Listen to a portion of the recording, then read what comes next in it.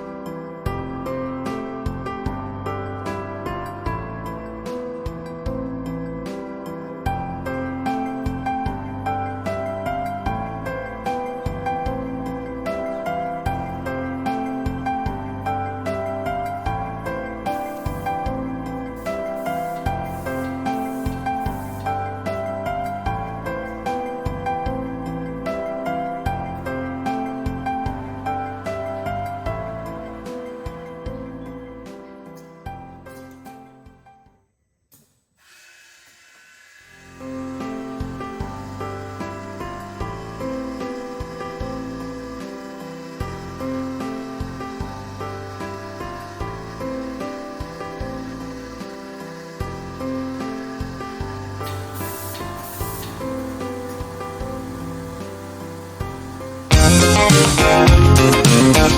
right back.